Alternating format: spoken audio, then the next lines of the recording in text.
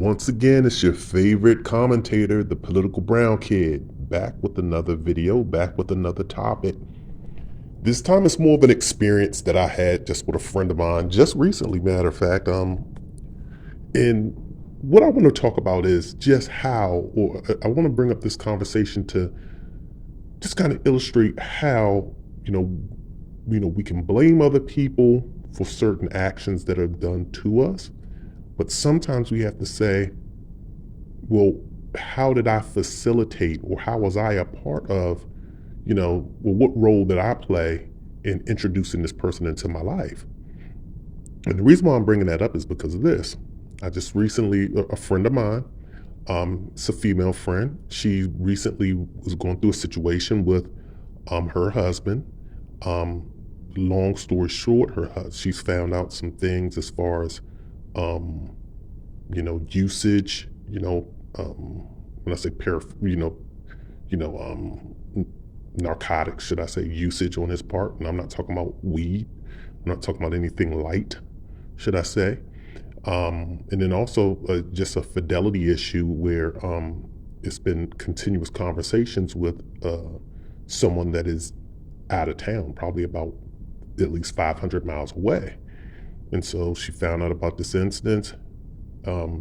He said that he was going to go, he was going one particular place, but he wound up, even after being confronted with about this other female, he went to see the other female anyway and stayed with her for an extended period of time and abandoned his house, left her there to, cover the bills. But she was covering the bills anyway because he was out of work. He was doing little side hustles here and there to bring in money, but he was mostly out of work. So now, after an extended period of being away with this other female, now he's come back and she's accepted him back into the household, but he doesn't have any funds. So, she's kind of frustrated, saying I have to cook for him, clean for him, buy this, buy that, pay the rent, pay the bills, pay all this stuff. And it kind of goes back to the point that, and I'm not going to mention a person's name because, I know a lot of females hate this individual who used to be in the, who used to do YouTube videos on this particular topic. But he used to always say, well, you picked them. But it's very true. So I asked her the question because I had that in mind. I had that person's videos in mind as she was telling me the story. Because at one point in time, she was like, I'm just tired. And this was her words. She was like, I'm tired of being strong, because she kept saying that he's in a depressed funk, because I guess, he's just depressed. And so at one point I was just kind of asking her, like, okay, well, you don't come down on him for his depression. You can beat him up for the other things that have gone on, but if he's depressed, maybe there's something that he probably needs to work through or get him help on that. But she was just like, no, I'm just tired of, having to be strong. I'm tired, at some point in time he can be depressed, but at some point he has to be strong. And I'm like, I agree with you. Y'all, but y'all need to have that conversation. But then she's like, I'm just tired of being, I'm tired of always having to be strong, do everything around here, do this, do that, pay the bills, cook, do this, do that. And he's doing nothing. And so I said, I understand what you're saying, and I totally agree with what you're saying. And I said, but let me ask you this one question, because to give you all some background history on this story, I had, way back in the day when we were younger, we had a relationship. It was a casual relationship that she had together. And it's one point in time, we tried to elevate the relationship from being a casual one to being a committed, serious one, but she didn't want that. And while I was asking her, while I'm in college, trying to figure out where she is, she's staying out in the club with her girls. And she was literally partying down the street from my house, but she could hang out in the clubs, but wouldn't hang out with me. So therefore, I moved on and got with someone who was serious about being in a committed relationship. And she got mad at me when, when she found out that me and this person was, getting married and moving on with our committed life. And so now fast forward to this time, now she's with this guy, and she met this guy on an online dating app. And so I asked her, I said, well, let me ask you this question. Because you picked this guy, why did you pick this particular person? And I'm just asking her because I know the history with her and her history with me. And so, she tends to go for individuals who are more street oriented, should I say, street oriented guys. I was a college kid, you know. I wasn't, and not to say that she was into guys that were like selling drugs or doing this or doing that. She was just into guys that just didn't have much going on. And now she's with this guy. Again, he doesn't have much going on. He doesn't even drive. So I'm just kind of like, wow, how is he going to make money? Because I was saying to her, well, maybe if he's in between jobs, maybe he can do Uber or DoorDash or do something. And she was just like, no, he doesn't drive. And I'm like, wow. So, he's really in a funk. So again, I go to the question, well, how did you pick this guy when you were on the date? And she said, yeah, I met him on a date now. I said, yeah, you told me that before. But I said, why him? Why, when you chose to settle down, why did you choose him to settle down with? And she said, well, because, we vibe together. And so therefore I didn't kind of berate her at that moment, but I did kind of question. I said, that's the one thing that's kind of getting me online. I'm a person, I'm not about cliches. On my job, I hate using cliche terms. I just hate it. I hate using terms that are in vogue that everybody just wants to gravitate towards. I hate words, even if it's a professional jargon, I hate words that are just in vogue. I try to steer away from them. And one thing I'm seeing online that a lot of women have in their dating profile, and I know people are going to be like, here he goes again, back, going on a rant, but it is so true. Yes, I am. Women are always saying, I'm a vibe. I'm a whole vibe. I'm a vibe. And it's just this whole word. Why? And I'm just kind of like, why is this word just so popular? I just hate it. But I had to ask her, I said, why is it, so what is this vibe? So I went off on my tangent about the word vibe and just this whole vibe thing. And I said, so you're vibing with this person and that's how you chose him. I said, you didn't choose him for, look at him and truly vet him as a long-term mate. You just chose this guy, and this guy has nothing, zero going for himself. Now, regardless, mind you, most guys, your average typical guy she probably would have gotten with maybe have been a cheater. He may have strayed, maybe. But at least it would have been somebody that was still also providing value to your life. Then you're just with the guy who's doing anything and everything in the streets, and he's using heavy paraphernalia, narcotics paraphernalia, and he's not even providing anything to the household, and you're still cooking for him, cleaning, paying the bills, and doing all of this additional work. And again, you chose him because it was a nice vibe. That's what her words were. We vibe together.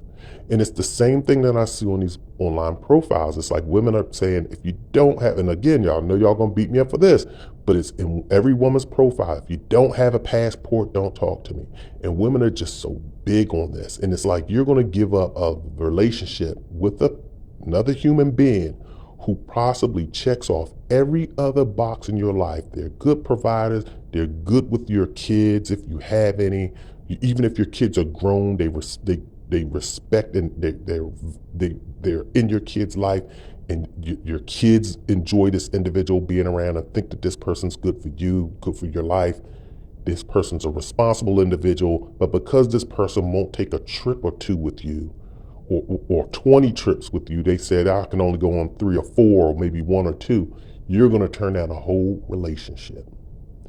And it just boggles the mind. It honestly does. So I'm just saying that to say this. This is the situation with her. And it just goes to show that a lot of these women, because I'm reading these online profiles, I read them every day, trust me, because I'm back on the market myself. And all of these women's profiles are like, where are the good men at? Where are the good men? They keep asking and they keep saying, I'm frustrated, I can't find them.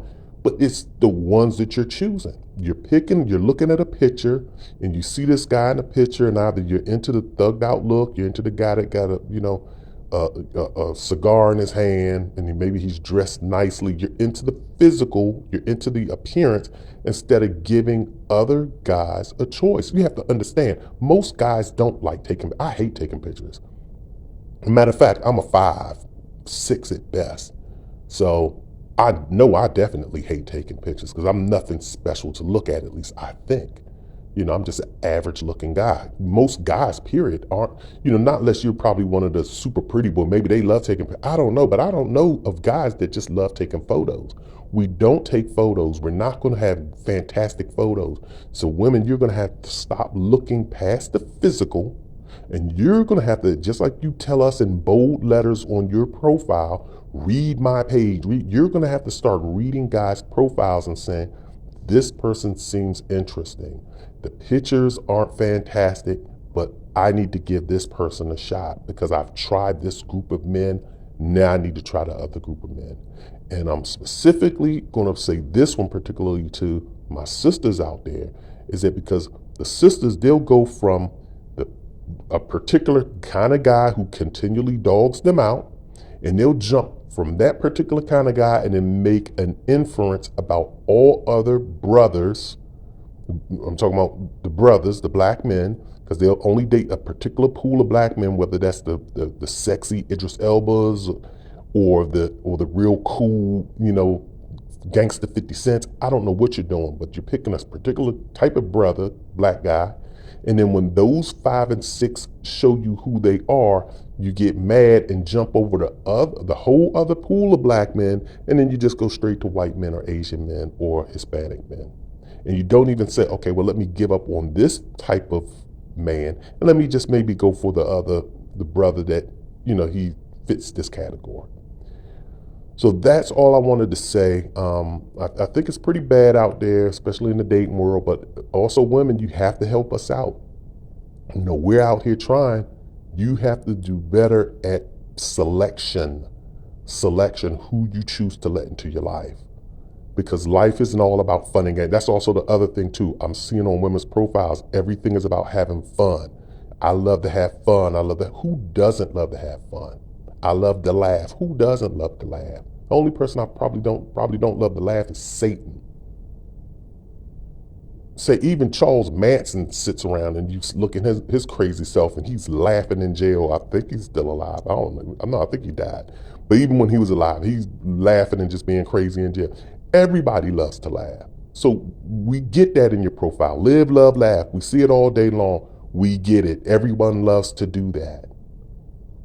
Stop picking guys who you think is going to just entertain you. Life isn't all about entertainment. Life is about saying, hey, look, I got this person. I can snuggle up on the couch with this person. I can even enjoy a moment of silence with this person. Me and this person can be in the same room together and be quiet as church mice in our own little space or in each other's company, but we're sitting down and we're getting along. And also this person brings something to my life. They bring substance to my life, good conversation. They help complement me financially, spiritually, mentally, physically, emotionally. They are a support for me. And support isn't, they're able to pack a bag and go on a trip and get my passport stamped and fill our books up with stamps. That's, if you need to do that all day long, get your girlfriends to take trips with you. This guy, if he's a real guy, he's about trying to make money or maintain his status in his life. But don't base your life on having fun. Life isn't about fun and games. If you're 40 years old now, if you're 50 years old, even if you're 30 years old now, you should understand that life isn't about fun and games. It can be. You can have fun and games in between, but there's a lot of other days where you're going to have to work. You have to put in some work. You have to put in some effort. And then when you come home, you can relax and unwind. And then you can have fun. So this is just words of wisdom from the political brown kid. Do better at your choices, what you pick. And what you also, I thank you if you're watching this video, then that means you've picked properly because you picked the right channel where you're going to get good content. So remember to subscribe and like. This is the Political Brown Kid. I'm out of here.